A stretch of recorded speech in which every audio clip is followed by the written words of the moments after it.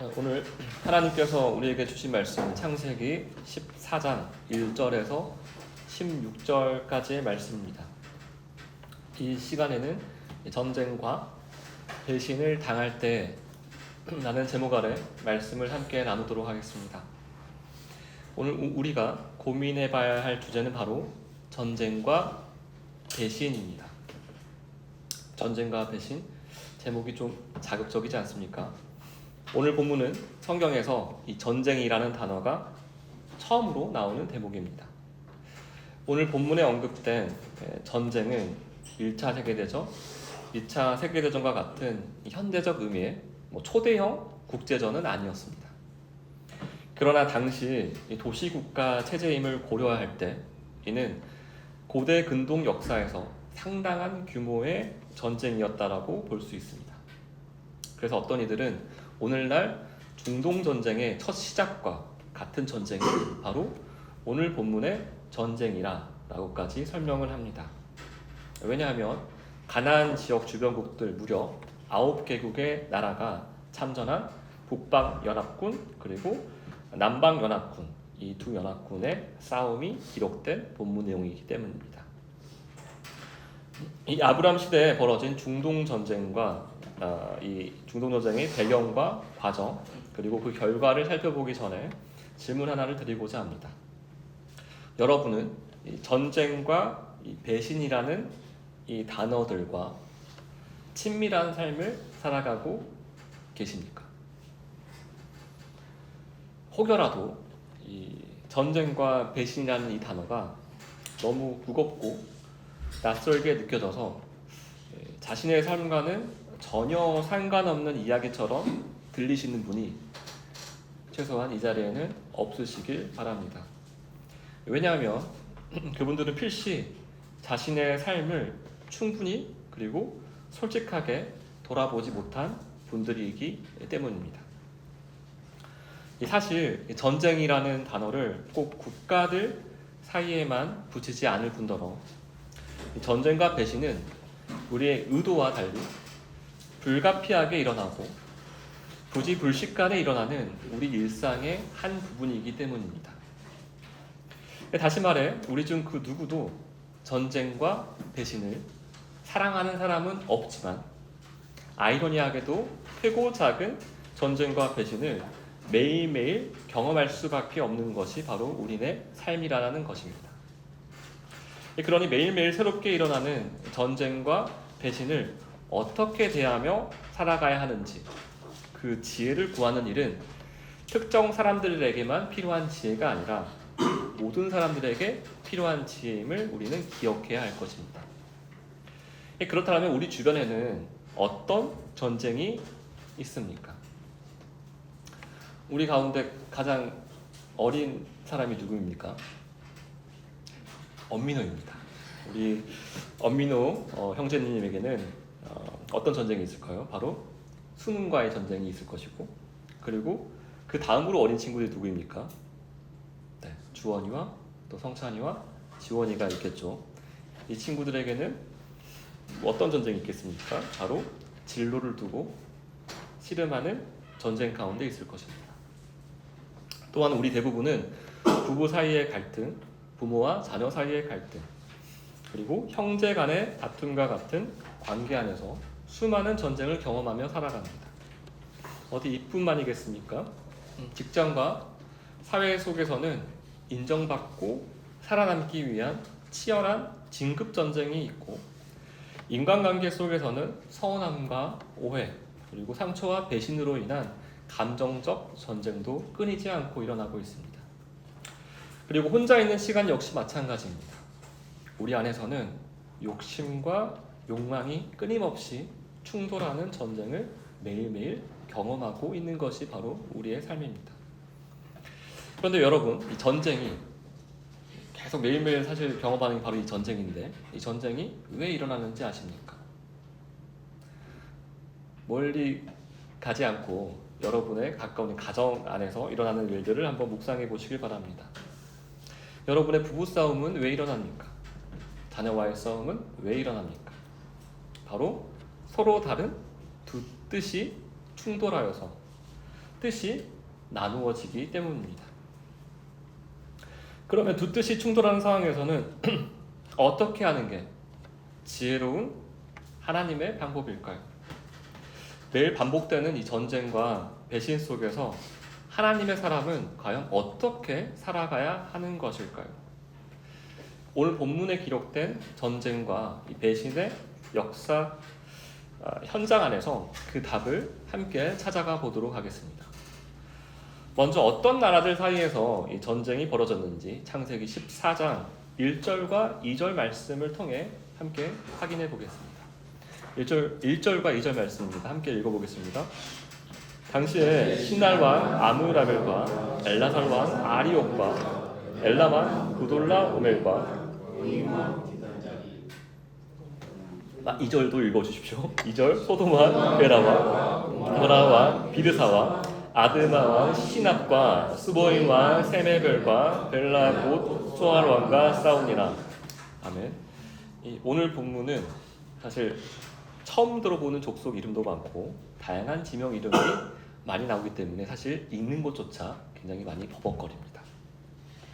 그렇기 때문에 길을 헤매지 않도록 잘 따라오시길 바라겠습니다.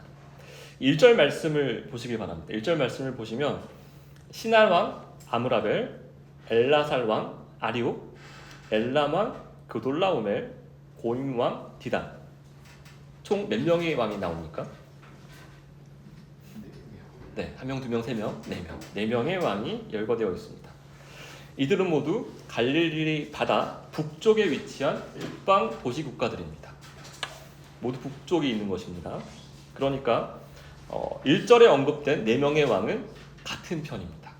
네, 동맹국이라는 것입니다.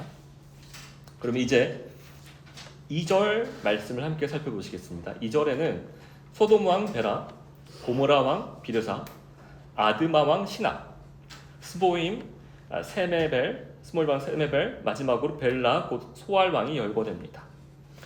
이들은 모두 오늘날 사해 지역 곧 요단강 남동편에 자리 잡은 도시 국가들입니다. 2절에는 총 몇 나라가 열거되어 있습니까? 총 5나라가 열거되어 있습니다. 이 5나라는 모두 이제 사해 주변 남방 쪽에 다 몰려 있는 도시 국가들입니다. 그러니까 1절에 열거된 4나라가 동맹을 맺은 거고 2절에 열거된 5나라가 동맹을 맺어서 1절과 2절에 언급된 나라들이 지금 싸우고 있는 것을 생각하시면 될 것입니다. 그렇다면 1절에 언급된 나라들과 2절에 언급된 나라들이 왜 싸웠는지 궁금하시지 않으십니까? 그게 바로 3절과 4절에 나와 있습니다. 3절과 4절 말씀을 함께 읽겠습니다. 이들이 다 시든 골짜기 곧 지금의 염해에 모였더라. 이들이 12년 동안 그돌라오멜을 섬기다가 제13년에 배반한지라. 4절을 보시길 바랍니다. 4절을 보시면 전쟁이 왜 일어났다라고 기록되어 있습니까? 배반하였다 라고 나와 있는데 원래 함께 동고동락하며 주인과 종의 관계로 있었던 같은 편이었는데 1절과 2절에 모두 열거된 나라들이 사실 같은 편이었습니다. 이 나라들 중에서 2절에 열거된 5개의 도시국가들이 배반을 한 것입니다. 누구에게 배반을 했습니까? 1절에 기록된 그돌라오멜이라는 왕을 배반했습니다. 이로써 우리는 4절 말씀을 통하여서 그돌라오멜 이 왕이 1절에 열거된 북방 도시국가 연합 중에서 가장 강한 힘을 가진 가장 센 왕임을 알 수가 있습니다. 12년 동안 섬겼는데 그동안 자신의 힘을 키울 시간을 벌었던 것인지 아니면 섬기는 일에 있어서 골맞던 부분이 터졌던 것인지 우리가 그 배반한 이유를 정확하게 알 수는 없지만 확실한 것은 배반하기 전 이 12년 동안 섬겼던 그 시간 역시 진심으로 섬긴 것이 아니었음을 우리는 본문의 내용을 통하여서 어렵지 않게 추측해 볼 수 있습니다.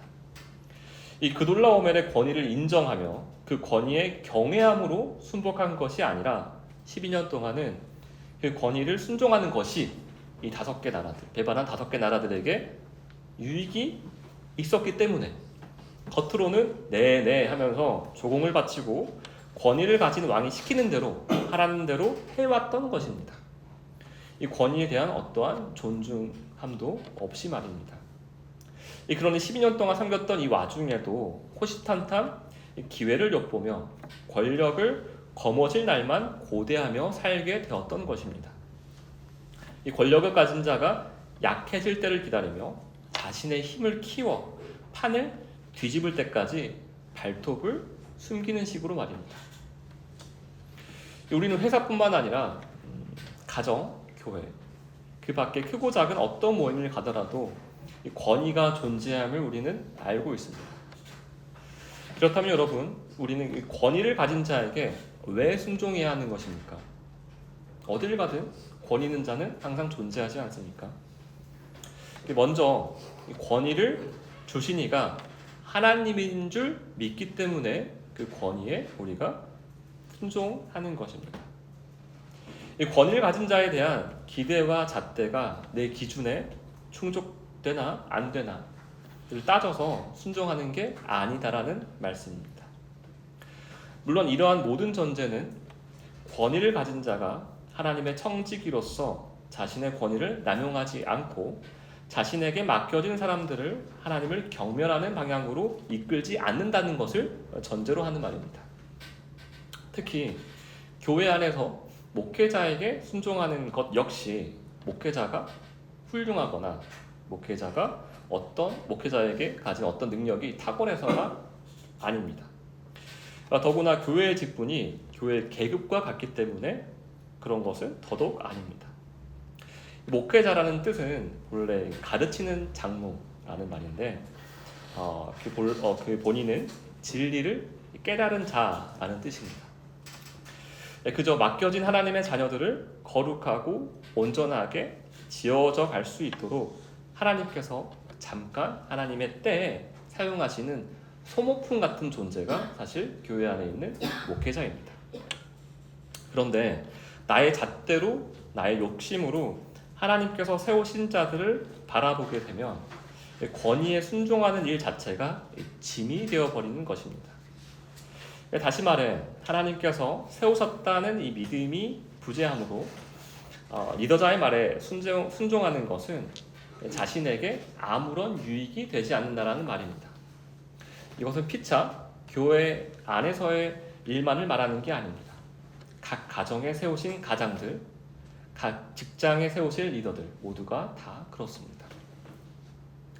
다시 말해 하나님의 말씀이 아닌 자기 자신이 세운 기준 안에서 비교와 평가를 하는 자는 비록 지금 당장 겉으로 드러나는 배신과 반역의 행동을 하지 않는다 할지라도 모든 관계 속에서 이루어지는 섬김이 결국은 가식과 위선으로 흐를 수밖에 없다는 것입니다.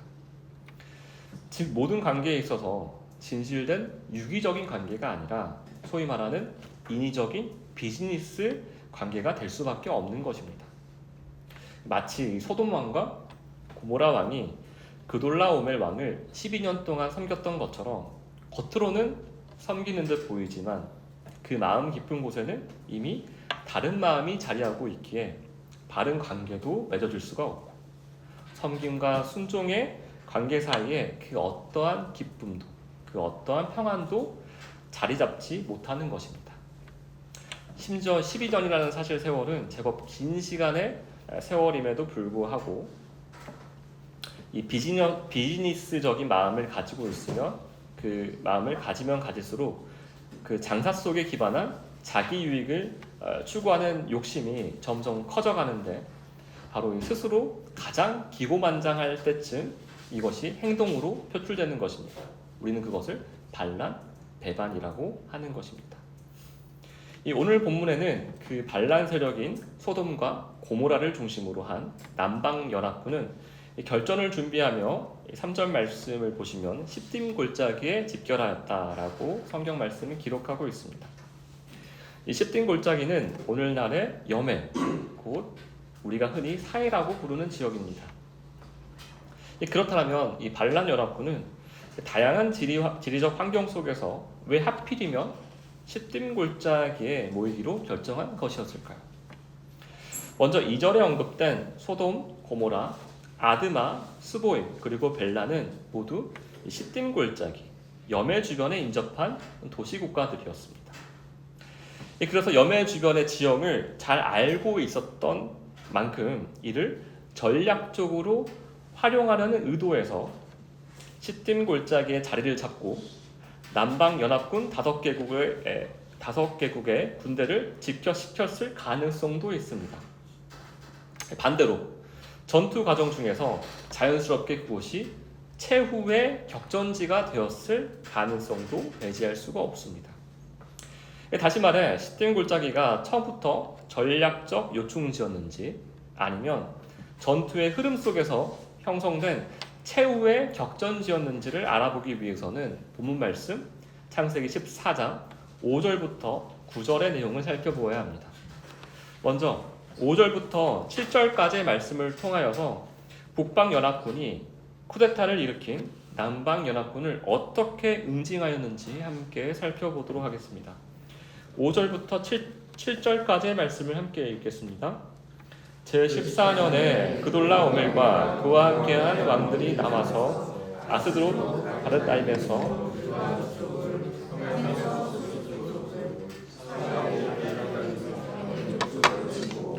우리 족속을 그 세일에서 쳐서 광야 근방 엘바란까지 이르렀으며 그들이 돌이켜 엠리사바 곧 가데스에 이르러 아말렉 족속의 온 땅과 사손 다말에 사는 아모리 족속을 친지라.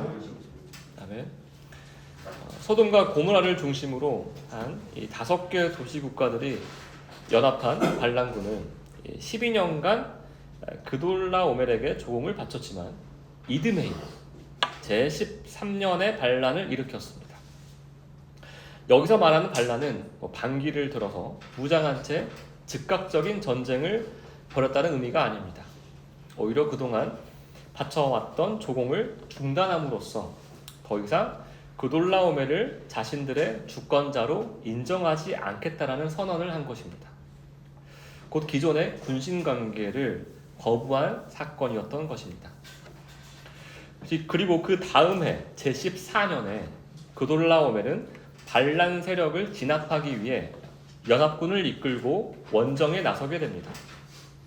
이는 즉흥적인 대응이 아니라 약 1년에 걸쳐서 체계적으로 반란 진압을 준비한 뒤 이루어진 군사 원정이었던 것입니다. 그런데 지금 이 그돌라오멜을 필두로 한 북방 연합군이 반란 세력을 어떻게 응징하고 있습니까? 이 5절, 6절, 7절 말씀을 보시면 낯선 족속의 이름들이 계속적으로 열거되어 있지 않습니까? 어떤 족속을 먼저 칩니까? 그돌라오멜이 이끄는 북방연합군은 르바 족속, 수수 족속, 엠 족속, 고리 족속, 아멜렉 족속, 그리고 아모리 족속을 칩니다. 이는 모두 요단강 동편과 요단강 남서편, 다시 말해 남방연합군의 주변국들을 모두 제압해서 쳤던 과정을 지금 5절, 6절, 7절이 기록하고 있는 것입니다. 네. 여기까지 이해가 되셨습니까? 그래도 지금 북방민족이 남방민족을 지금 쳐들어가는 과정 중에 지금 남방민족이 여기 있으면 지금 동쪽부터 서쪽, 남쪽, 맞죠? 네. 죄송합니다. 지금 동서남북이 약간 지금 오락가락했지만 동서남북 지금 모든 주변국들을 지금 다 치는 과정들이 지금 5절, 6절, 7절에 기록되어 있다는 말씀이었습니다. 다시 말해서 주변국들이 남방연합군을 도와주지 못하게 하기 위한 전략, 그리고 반란군이 도망가며 합류할 가능성 역시 차단한 전략으로 보여지는 것입니다. 이것은 바로 도간에 든 쥐를 만들기 위한 것이었습니다. 그리고 자신의 힘을, 그돌라오멜의 왕의 자신의 능력을 최대치로 과시하기 위한 것이기도 하였습니다. 그리고 자신의 힘으로 반란을 일으킨 자를 찍어 누를 준비를 단단히 한 것입니다.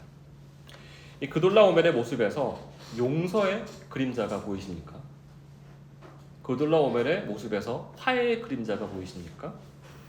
그의 모습에서는 용서, 화해의 그림자조차 찾아볼 수가 없음을 5절, 6절, 7절에서 우리가 확인할 수 있고 볼 수가 있는 것입니다.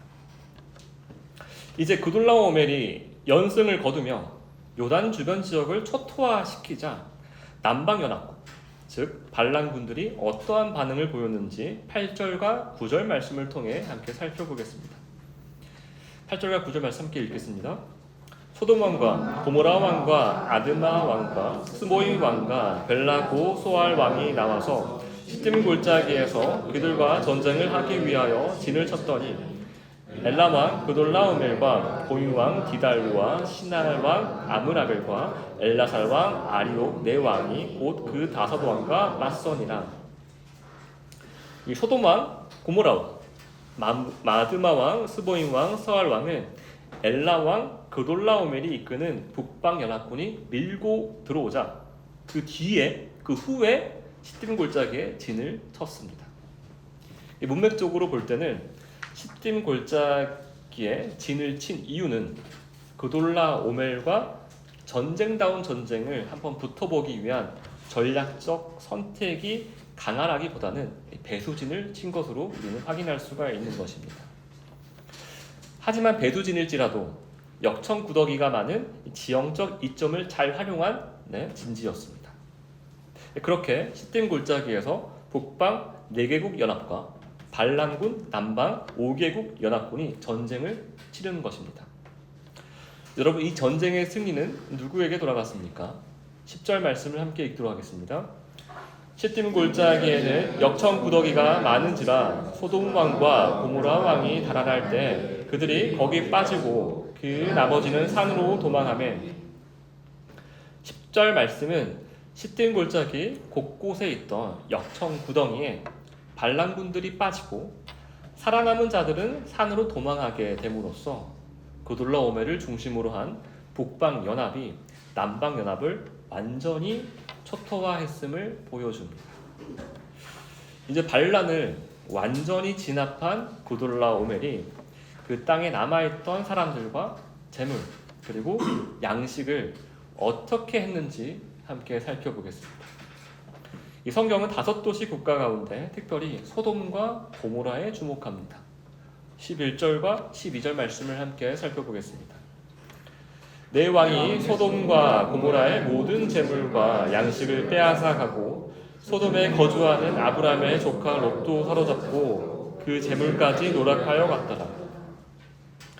이 함께 읽었던 11절과 12절 말씀을 보시면 이 4명의 국방관들은 모든 재물과 양식뿐만 아니라 아브람의 조카 롯도 사로잡고 롯에 속했던 재물까지 노략하여 가져가게 됩니다. 여러분이 보시기에는 이 왕의 이 행동이 어떻게 보이십니까? 너무한 것 같지는 않습니까?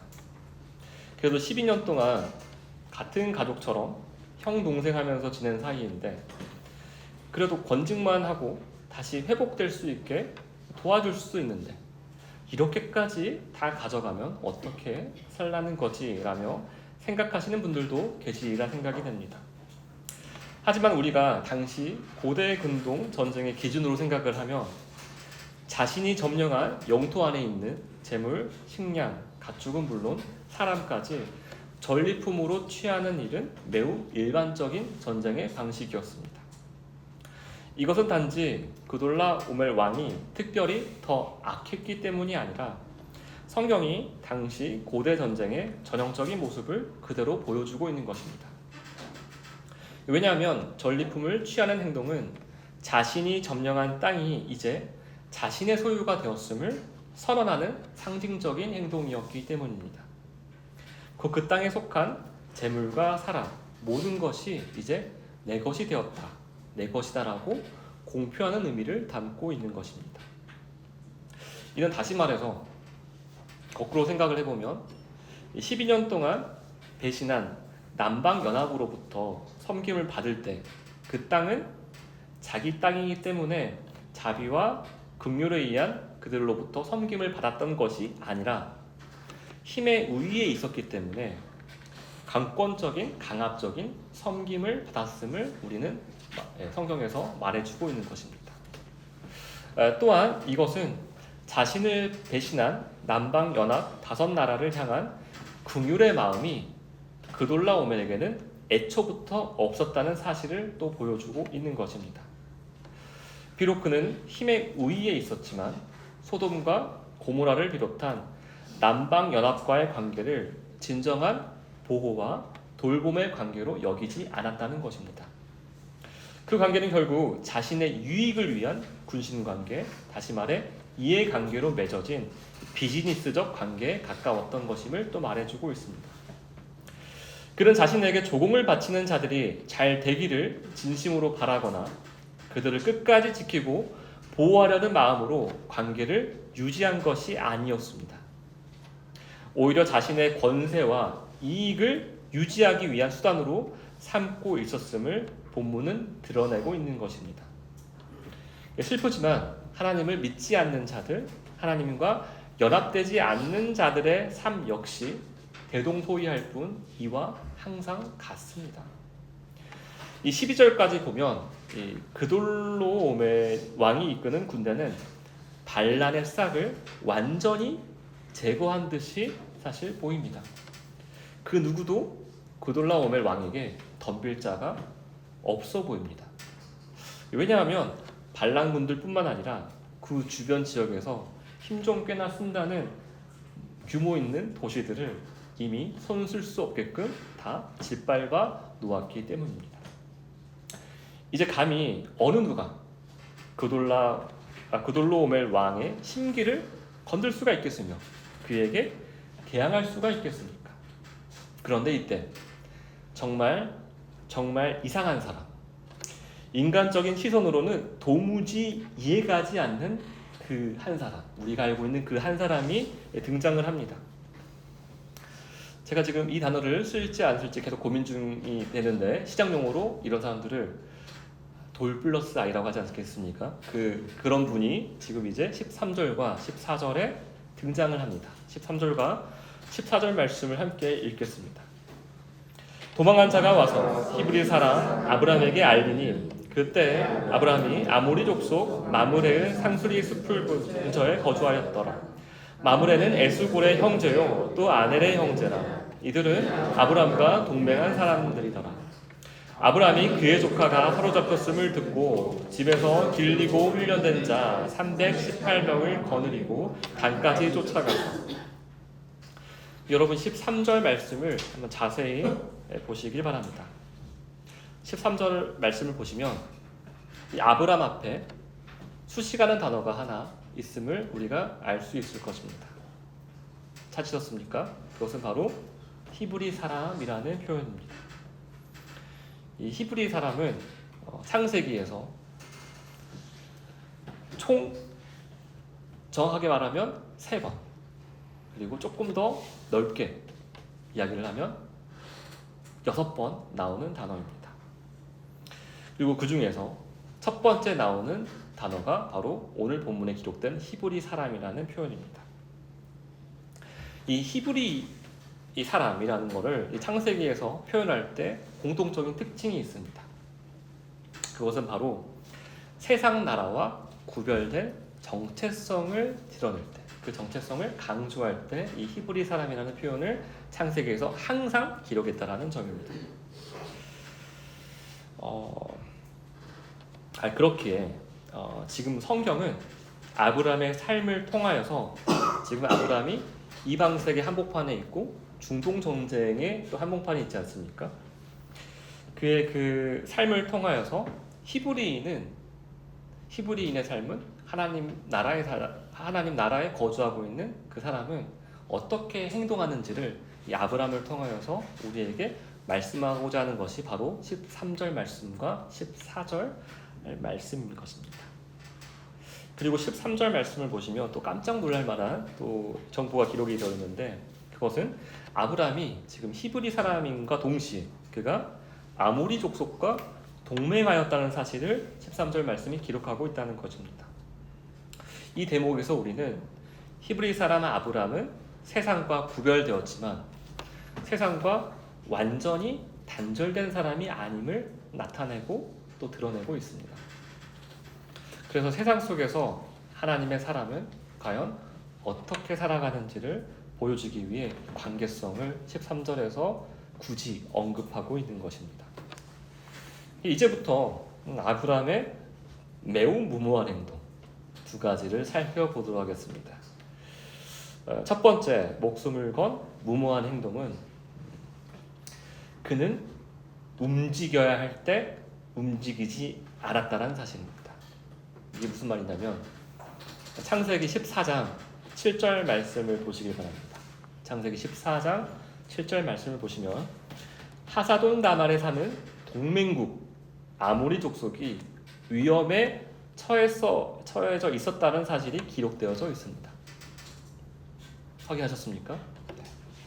그때 아브라함은 동맹국을 도와주러 갔습니까? 가지 않았습니까? 네. 그는 가지 않았습니다. 네. 왜냐하면 이게 얼마나 무모한 행동이었냐면 지금 아브라함이 살고 있는 곳이 바로 마므레 지역인데요. 이 마므레 지역이 무슨 족속입니까? 바로 아모리 족속입니다. 그런데 이 아모리 족속, 심지어 지금 자기가 살고 있는 지역의 동맹국이기 때문에 사실 도와주러 가지 않으면 어떻게 보면 직접적인 피해를 바로 받을 수 있는 상황에 놓였던 것이 바로 이 아브라함의 상황이었습니다. 하지만 오늘 우리가 보고 있는 성경에서는 이러한 사실, 도와주러 갔다는 사실을 전혀 기록하지 않고 있습니다. 이 아브라함의 경우에는 고대 근동 사회에서 상호 방어 조약 같은 이 개념의 동맹, 필요에 따라서 돕고 또 필요에 따라서 협력하는 관계가 이 고대 근동 사회에서는 사실 매우 일반적이었는데요.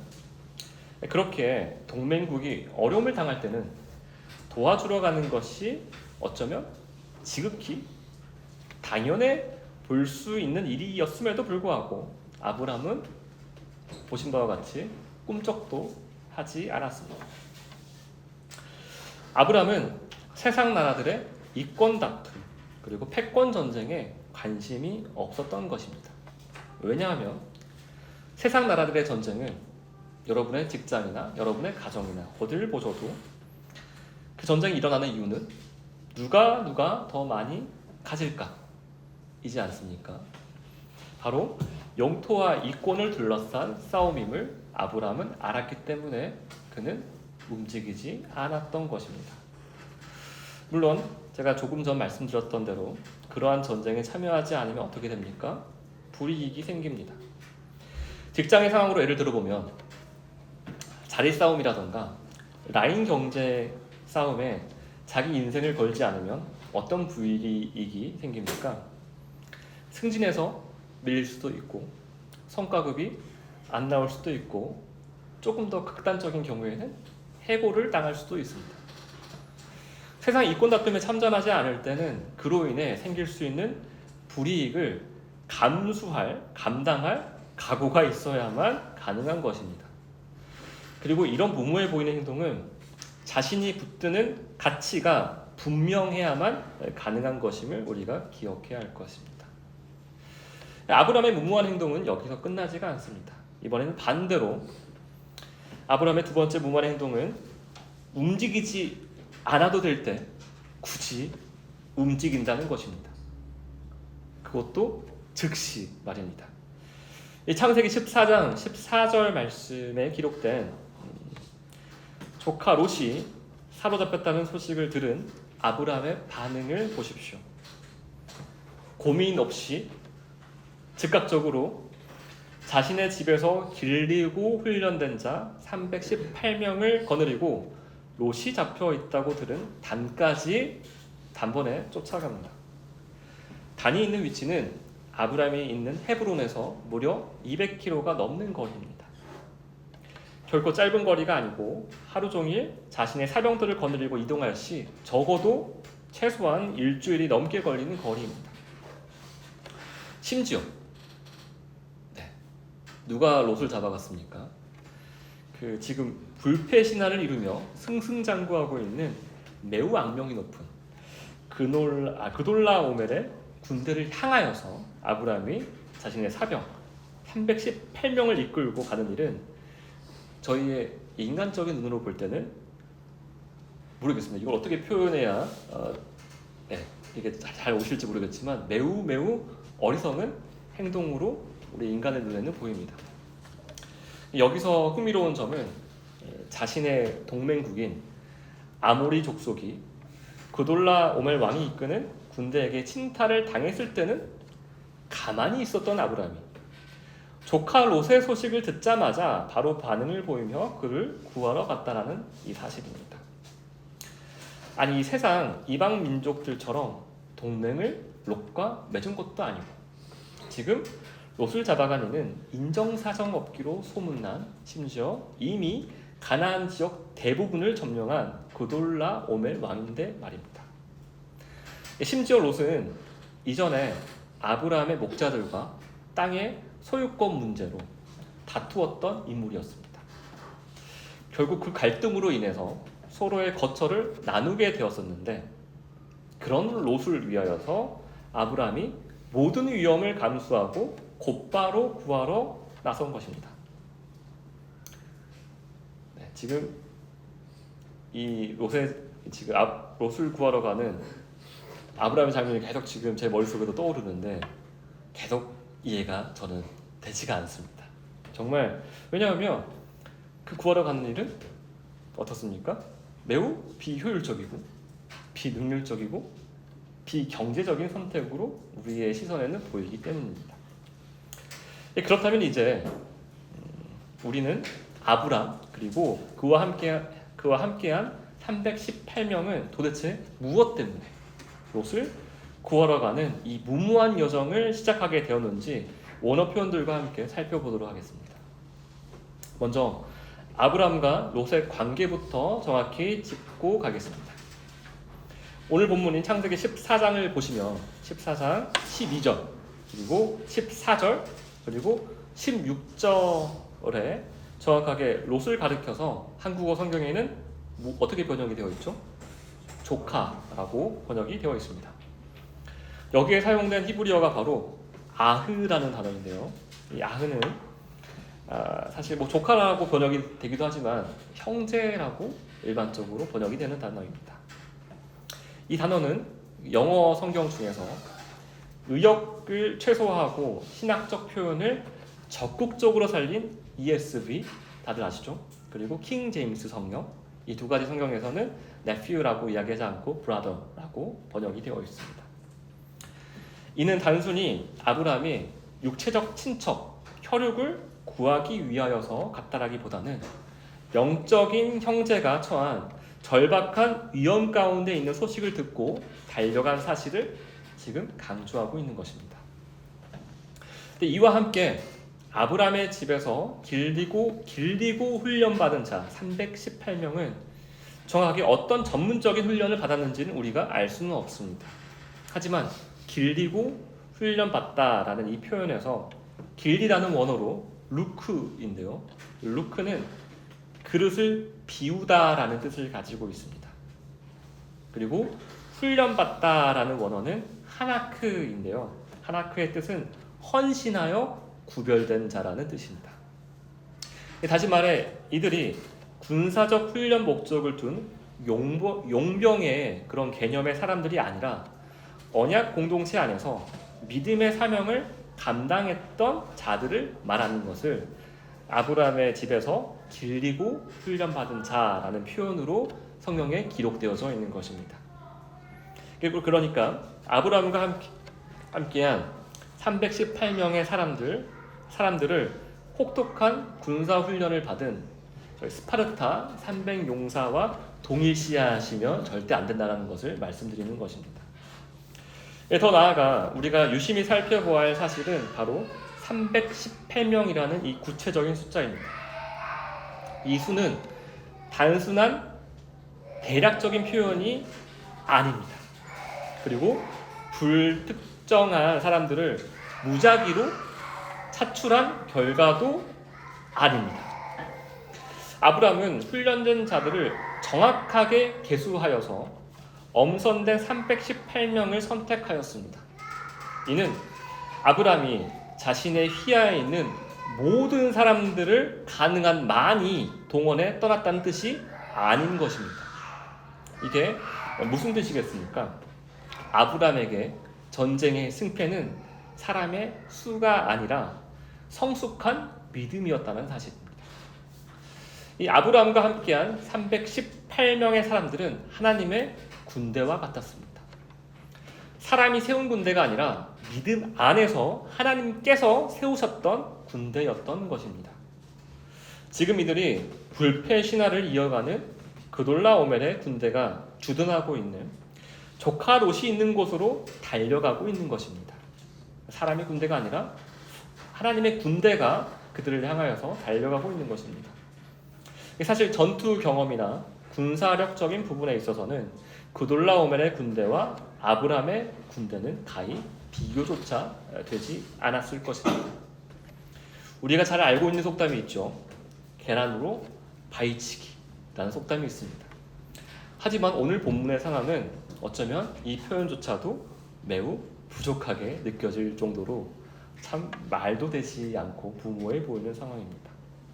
이 말도 안 되는 전쟁의 결과를 먼저 성경을 통하여서 함께 살펴보겠습니다. 창세기 14장 15절과 16절 말씀입니다. 함께 읽겠습니다. 그와 그의 가신들이 나뉘어 밤에 그들을 쳐부수고 다메섹 왼편 호박까지 쫓아가 모든 빼앗겼던 재물과 자기의 조카 롯과 그의 재물과 또 부녀와 친척을 다 찾아왔더라. 전쟁의 결과는 인간의 모든 예상을 완전히 깨고 아브람과 318명의 사병들이 이깁니다. 하지만 어떻게 이겼습니까? 아브람과 아브람의 가신들이 나뉘어 밤에 그들을 쳐부셨다라고 합니다. 우리가 흔히 믿음의 전쟁을 할 때 오해하는 방법 중에 하나는 믿음을 주창을 하면서 믿음으로 막 치고 나가고 밀고 나가는 것을 우리가 흔히 생각하지 않습니까? 마치 중세시대 십자군처럼 말입니다. 하지만 오늘 본문의 아브람은 롯을 구하는 일을 무모하고 비상식적으로 밀어붙이지 않았습니다. 15절 말씀을 보시면 아브람은 그와 그의 가신들을 나누어 밤에 그돌라오멜이 이끄는 군대를 급습했습니다. 아브람은 전략적으로 움직인 것입니다. 그는 밤을 택하였고 사람을 나누어서 아군과 적군조차 쉽게 구별하기 어려운 시간에 공격을 감행했습니다. 또한 병력을 분산시켜서 상대가 아브람 측의 규모를 정확하게 가늠할 수 없도록 하였습니다. 분명 그가 급습했던 순간 역시 적들이 가장 방심하고 있었을 때였을 것입니다. 예를 들어서 잔치를 벌이고 있었다거나 깊이 잠들어 경계가 느슨해진 시간이었을지 모르겠습니다. 제가 지금 여러분께 드리고 싶은 말씀은 모든 상황 속에서 믿음의 사람들은 하나님께 지혜를 간구하며 행동한다라는 사실인 것입니다. 자신의 열정과 자신의 의지만을 앞세워서 악으로 깡으로 밀어붙이는 게 믿음의 모습이 아니라는 것입니다. 심지어 단에서 멈추지 않고 아브람은 자신의 군대를 이끌고 자신의 사병들을 이끌고 다메섹 왼편 호박까지 쫓아갑니다. 성경학자들은 대략적으로 단에서 호박까지의 거리를 약 200km 정도의 거리로 추정을 하는데 이는 헤브론에서 단까지 이동했던 거리와 비슷한 수치입니다. 다시 말해서 결코 가깝지 않은 거리를 또 이동하면서 또 쫓아가는 것입니다. 그런데 왜 쫓아갑니까?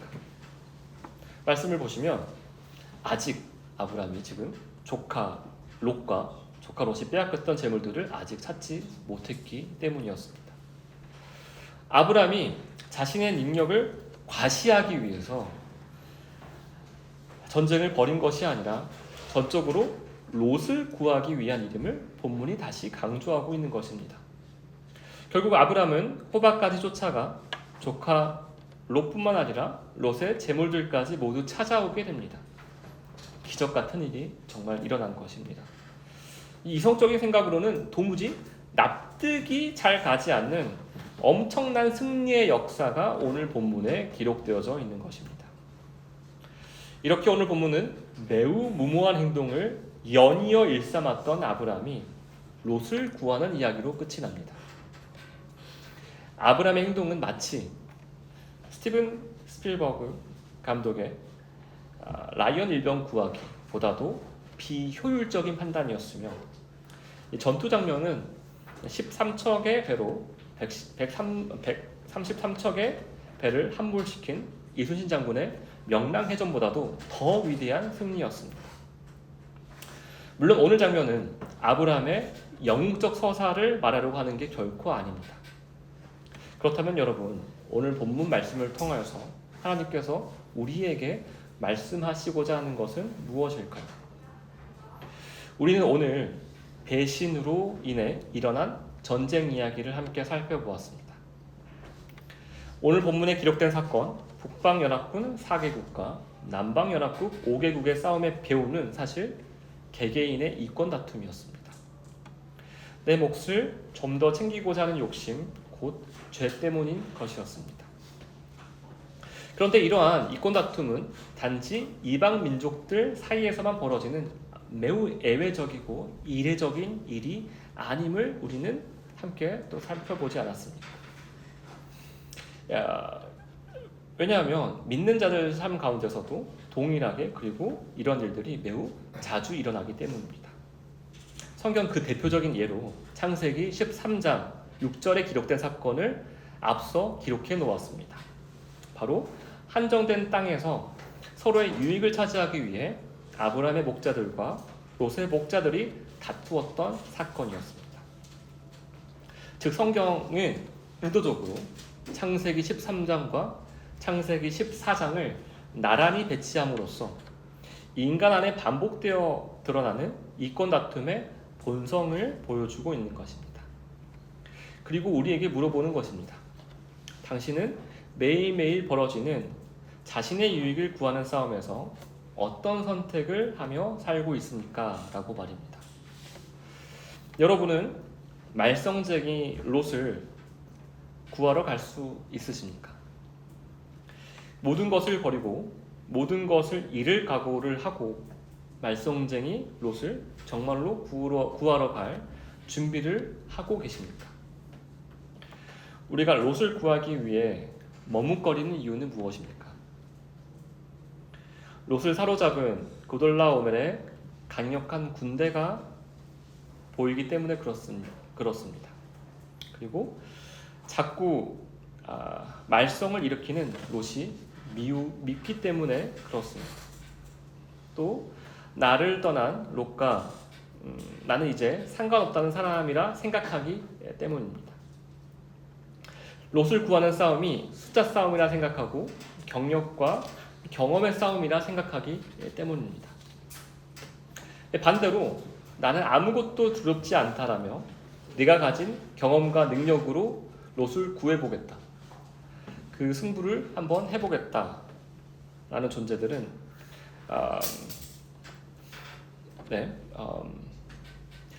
그런 식으로 자기의 힘으로 롯을 구하려고 한다면 어떻게 되겠습니까? 필시 아브람도 또 그를 따랐던 자들도 그리고 붙잡힌 롯과 그의 가족들도 모두 죽음을 면치 못했을 것입니다. 여러분, 제가 드리고 싶은 말씀은 우리의 힘으로는, 우리의 뜻으로는 롯을 구할 수가 없다는 것입니다. 이 하나님 안에서 롯을 향한 사랑이 없이는 롯을 구할 수 없는 사실을 우리는 더욱 분명히 깨달아야 합니다. 그러기에 우리가 붙들어야 할 것은 아브람이 붙들었던 하나님에 대한 믿음입니다. 아브람이 애굽에서 경험한 하나님의 능력입니다.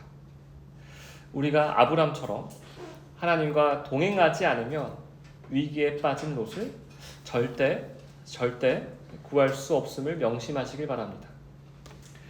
그리고 롯을 구하러 갈 때는 아브람이 단신으로 홀로 가지 않았다는 사실도 기억하시길 바랍니다. 318명의 훈련된 자들과 함께 달려갔습니다. 지금 하나님께서 여러분 각자에게 위험에 빠진 롯을 보여주신 이도 있으실 테고, 또 앞으로 여러분 각자에게 하나님의 때에 여러분의 롯을 보여주실 때도 있으리라 믿습니다. 우리가 롯에게 달려갈 때를 우리가 지금은 알 수가 없지만 우리가 확실히 아는 사실 하나는 아브람과 함께 살았던 318명의 용사들처럼 하나님 안에서 매일매일 신앙의 훈련을 받는데 성실히 임하는 것입니다. 우리의 일상에서 전쟁과 배신을 경험할 때마다 우리를 지금도 열심히 훈련시키시는 하나님을 바라보시기를 바랍니다. 그리고 하나님께서는 우리 공동체 안에 연약한 믿음의 롯을 보여주셨다면 성숙한 믿음의 아브람도 함께 붙여주신다는 믿음을 가지시고 또 서로가 서로에게 아브람이 되어주시고 또 롯이 되어줌으로써 우리 공동체 안에 살아계신 하나님의 풍성한 역사가 일어나고 우리와 함께 하시는 하나님을 함께 찬양하고 기쁨으로 함께 지어져가는 교회가 예배드리기를 간절히 소망합니다. 함께 기도하시겠습니다.